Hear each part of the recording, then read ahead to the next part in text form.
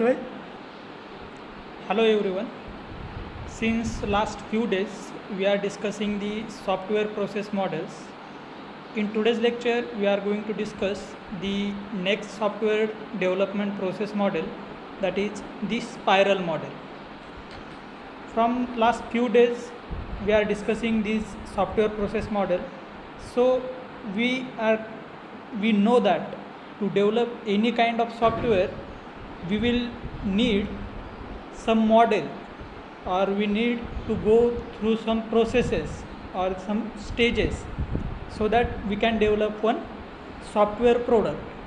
So today we will see the another software development model or software process model, that is the spiral model. Along with this spiral model we are going to discuss the advantages and disadvantages of this spiral model. So let us start with the spiral model. The spiral model is a risk driven process model. It is also used for generating the software projects.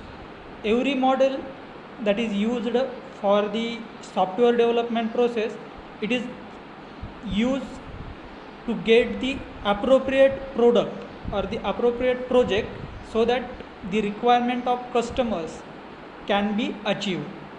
In the spiral model, an alternative solution is provided if the risk is found in the risk analysis. The alternate solutions are suggested and implemented. In spiral model, it is a combination of prototype as well as the sequential model like waterfall model. Then next is there, that is in one iteration all the activities are done.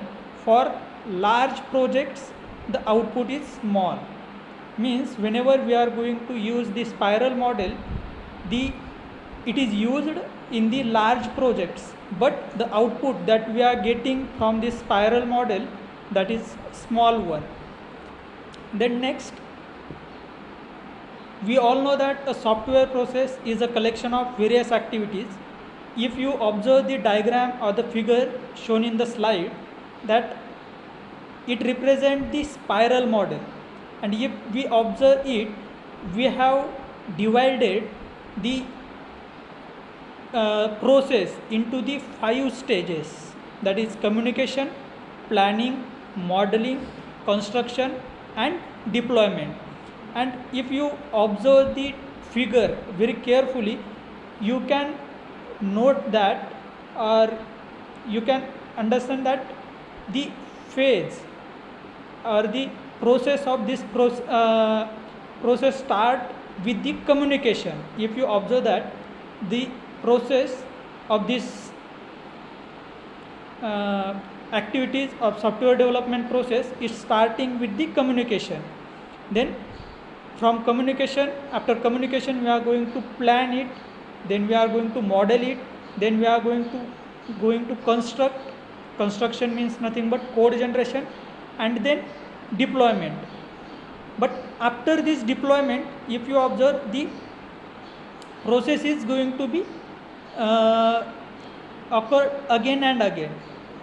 At this stage of deployment, if any customer or your stakeholder requires some kind of development or some kind of functionality, additional functionalities in your project, then again all these phases will be carried out, from communication, planning, modeling, construction and again deployment.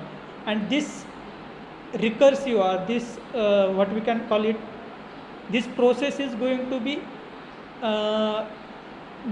executed again and again until the customer or the stakeholder of that project is satisfied. There are 5 stages that are carried out in the framework. There are activities, we can call it as activities. Communication is there, planning is there, modeling is there, construction is there, and also the deployment is there. So these are the 5 phases that are carried out into this spiral model. It is same like your waterfall model, but in waterfall model we are not going to re-execute these all the phases.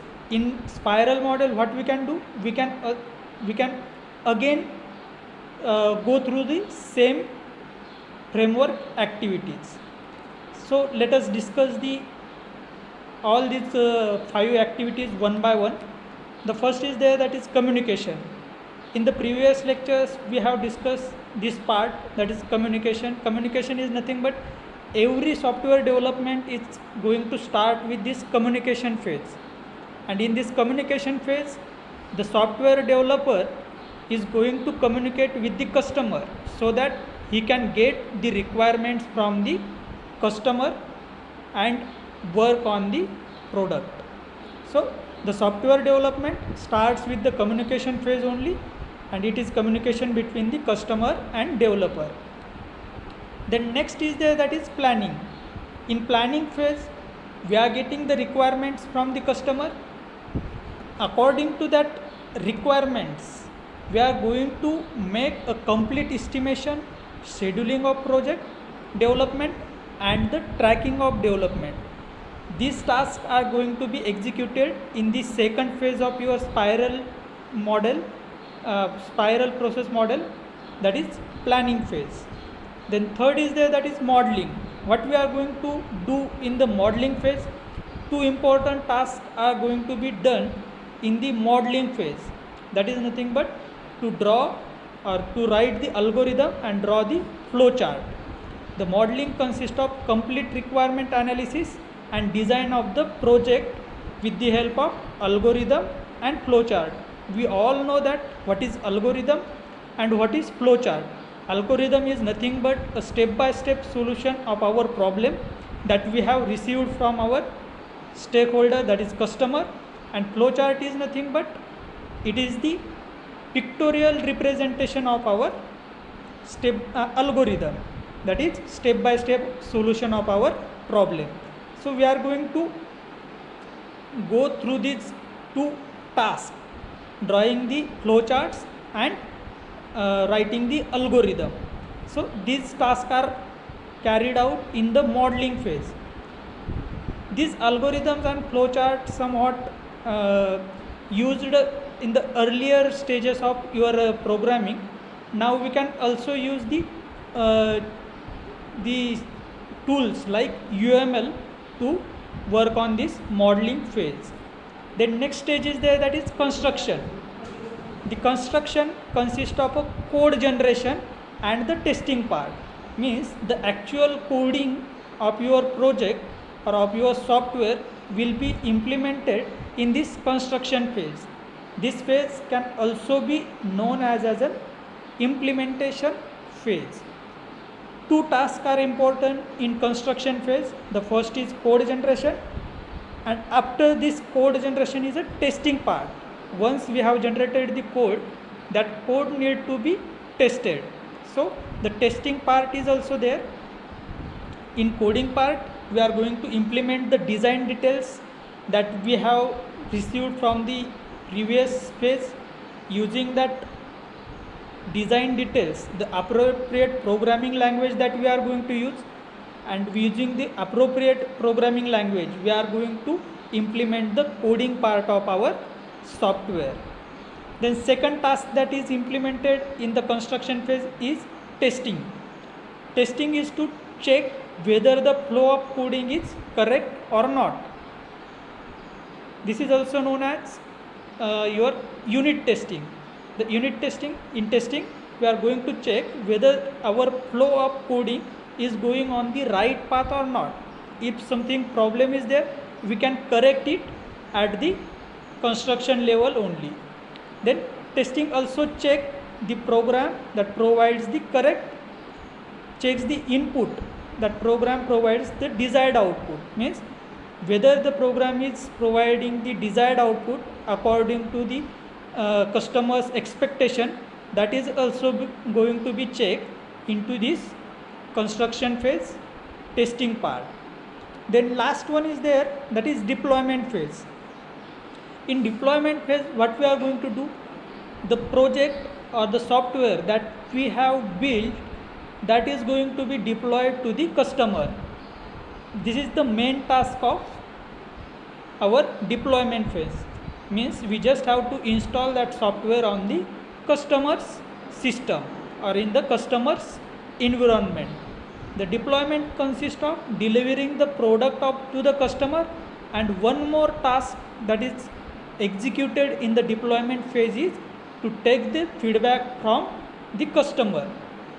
If we get the feedback from the customer and in the feedback that customer has specified some corrections and demanding some additional capabilities that should be added into the software, then by using the spiral model we can make that changes in the required software, and the required improvement can be made into this software by using again all these 5 phases sequentially. Then again, whenever we come to the deployment, we will deliver the product to the customer and we will get the feedback. When or at the time when in feedback we are not getting any kind of corrections or any kind of additional capabilities that customer want to add into this software, at that time we can call the customer is fully satisfied with the product or with the project, and the total project can be handed over or deployed to the customer. So this is the last phase of your software development process in the spiral model. Then next is advantages. There are some advantages of spiral model, that it reduces the high amount of risk. The risk is going to be reduced because we are going to iterate all these 5 processes, activities again and again. So if say there is some problem, we can again overcome on that problem. Then it is good for large and critical project. Actually, the spiral model is only used for the large and critical projects. We cannot use it for small projects. It gives the strong approval and documentation control. In spiral model, the software is produced early in the life cycle process, means whenever we are going to complete the first iteration, we are having some product produced in our hand. That is, in spiral model we are having the software that is produced early in the life cycle process. So these are the some of the advantages. Then next is there, that is disadvantages of the spiral model. The first disadvantage of spiral model is it can be costly to develop a software model, and second disadvantage is it is not used for the small projects. We cannot use the spiral model for the small project. So this is all about our spiral model. We have seen the basics of spiral model, then different phases that are carried out in the spiral model. Then we also have discussed the advantages of spiral model, and at last we have discussed the disadvantages of spiral model. So this is the spiral model. In next lecture we will discuss the another software process model. So we will stop here. Thank you.